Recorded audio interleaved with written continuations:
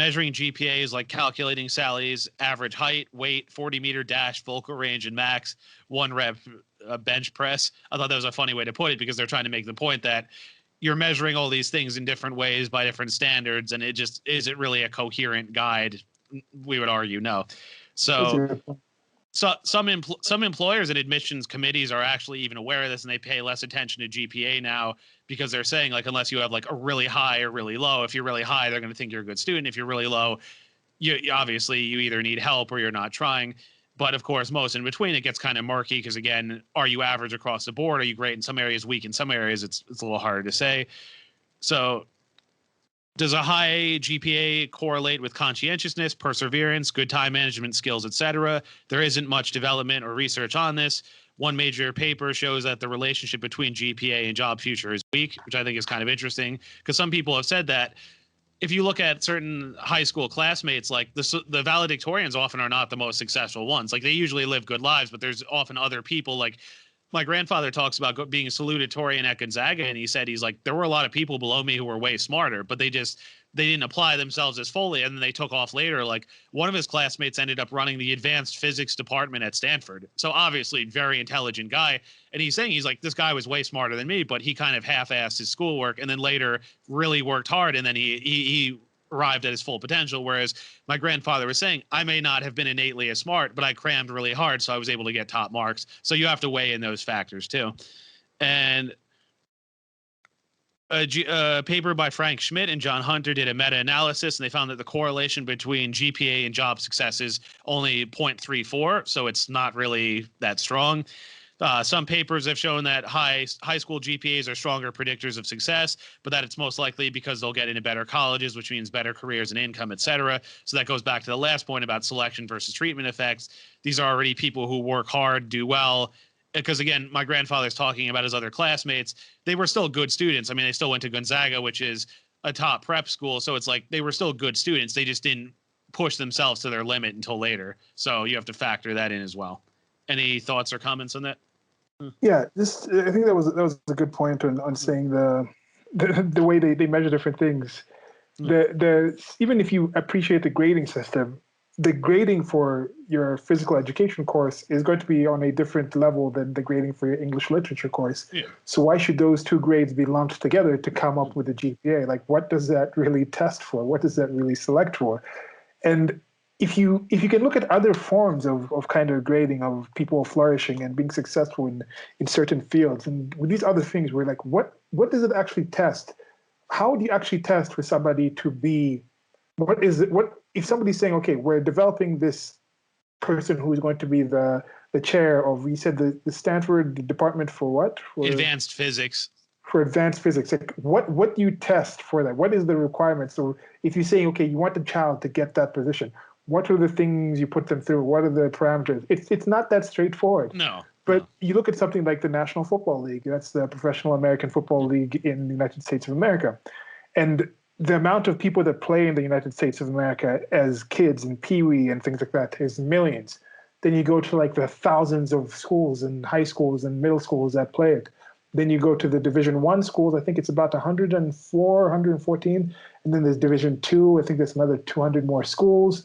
And then with Division III, I think that might be another 150 or more. So you have, now that's down to about 100 people per school. So you're talking about maybe like 20,000 people from there. And then from there, it comes to the National Football League. And that's, I think there's a few other semi-pro leagues or pro leagues to that level. There used to be XFL that went down. There used to be arena football. You can play in Europe. There's other like localized smaller ones if you actually go out and find them. But the actual top one is the National Football League with 32 teams, if I'm not mistaken. That league has known rules, set rules. You play at a set amount of time with a set number of people, millions of dollars going into the statistics and finding out who the people are, millions of dollars going in on the drafting process and going in and saying, and actual measurables, this person of this height who can run this fast over this distance with this amount of reps on strength has been able to do, we can go and we can check 50 other players of these players, they achieved these kind of statistics. They get this stuff down to like full-on scientific, so much data, and they still blow out. They still go and spend millions of dollars on somebody who checks all those marks, and then because of some weird quirk in their life, they just happen to be garbage. Then on the inverse, you have the Tom Brady's who was picked like in the 6th round, and then now he's considered one of the greatest football players to ever have played. So even when you have a system that rigorous, with that much money being invested in a rather set kind of system of these are the things this person's going to be able to do, the rules they were playing at in Pee Wee football are pretty much the same rules they were playing at in National Football League. It's a bigger, not even a bigger field. It's normally a 100-yard field. You got these little 8-year-olds running on a 100-yard field. This looks odd. But anyway, those rules are still the same. It's still tackle. It's still forward passes. It's still, the time might be a little different. But in general, it's that same system. And you still have people just missing out. So why do people have such trust, blind trust, into something as nebulous and as undefined as the current higher education system, higher schooling system, to be something that can actually select that, to the point where if somebody, like, we're having these conversations, if this book is being written, people are like, oh, you're attacking the system. Like, no, we're raising questions because what makes you think this is the best possible system that we could possibly have? Yeah. Well, I thought of something too. One of my favorite actors, Gary Oldman, he actually was turned down from the Royal Academy of Dramatic Art, and they welcomed to try again the following year, but they said, we recommend you do something else for a living. I mean, he ends up becoming this very, so again, you have to wonder, did someone there not like him? Was he he had the potential, but he was unrefined at the time? Did he really find his true talent take off? Yeah, there's so many things to look at in that. I mean, obviously, you look at him today, you can't say he's a terrible actor in terms of, I mean, I would argue just the diverse range of roles he plays, but also how much money he brings in. And he's interesting, too, because he keeps a very low profile, which they said is unusual. Like, normally actors want to be in the spotlight, but you don't constantly hear about his marriage or his dating or parties or, Interesting. Yeah, I don't even know what country he's from or where he He's lives. British. Like, okay, I'm not surprised. Well, he said the school, so that makes sense. He was applying there. Does he still live in the UK? Does he live in Hollywood? Does he live like outside? Like, where does he live? But it's not important. He was born in New Cross, England. Let's see. Trying to think of. Don't put his stuff out there. I was just asking that to this is Wikipedia, though. Okay. No, but I was saying in general, like with some actors, I can just be like, yeah, like Don Cheadle, I know he's in LA because he's like tweeting about all like politics and all these other things all the time. Like there's all these other people. This is something I still don't understand. This is something that's going on right now. By the time we actually post this, it definitely is going to be after the election, I think. And we'll see Trump has won again. But I don't understand why celebrities keep thinking that their endorsements are actually going to do anything. There must be some people. I'm confident there's probably at least 10,000 people who a celebrity endorsement is actually the primary reason they voted for someone. I don't necessarily see it being them switching a vote. I can't see somebody being like, okay, I was going to vote for Kanye West because I agree, or I'm just doing it for the lulz, or I don't like the current candidates. And then they hear Jennifer Aniston say voting for Kanye isn't a joke. And then they're like, oh, she was in Friends. Rachel from Friends, of course. Like, yeah, she was married to Brad Pitt. Yeah, she said this. So I'm going to re-examine my life and actually go vote for Trump or Biden. I think there might be like 5 people in the world, in the United States of America, tops, that would have that reaction.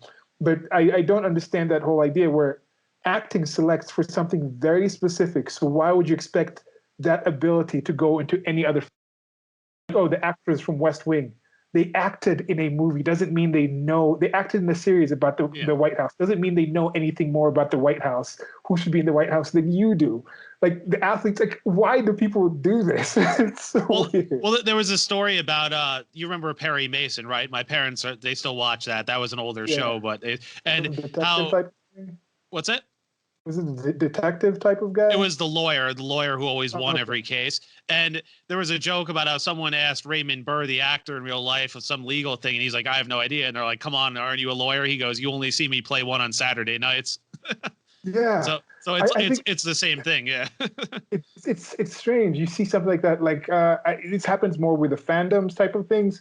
It's more in the sci-fi fantasy type of fandoms where they have things. I think some people reacted to an odd way to the way Picard, the actor Patrick Stewart, was acting, and they're like, well, in Star Trek, he's such a this, he's such a that. I'm like, that's in Star Trek. He's playing a character. Like, he's not exactly like the character. Like, It doesn't care. People are like, oh, I can't believe William Shatner is doing this and this. Oh, I can't believe this person isn't defending. It's a paycheck.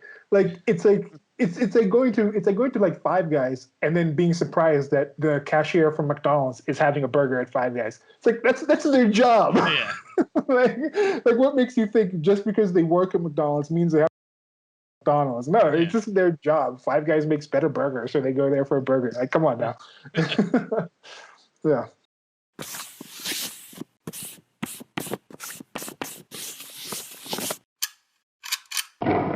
Thank you for listening. This has been a clip from an actual longer recording that I'll try to leave a link to on the screen or somewhere around here where you're listening to this. Presents. Presents. Presents. Presents. Peasants. Okay. Okay.